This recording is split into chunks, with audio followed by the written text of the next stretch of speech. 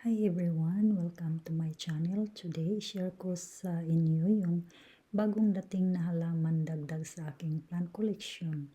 Itong una ay 3 pirasong starter na Monstera Constellation. Sana mabuhay ito silang lahat.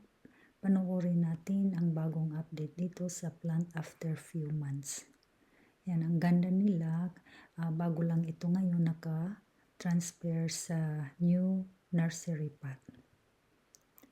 Ang next na halaman ay si Philodendron soderoy. Isa rin ito na addition sa aking plant collection. Order ko po ito guys online. Medyo disappointed ako sa halaman na to kasi ang dahon niya ay dapat silver na variegation but there are couple baby leaves that have freckles in it. Time will tell paglaki niya. Yeah, I'm hoping na mag-survive ito sila lahat. And then the third plant is Philodendron elzocorid.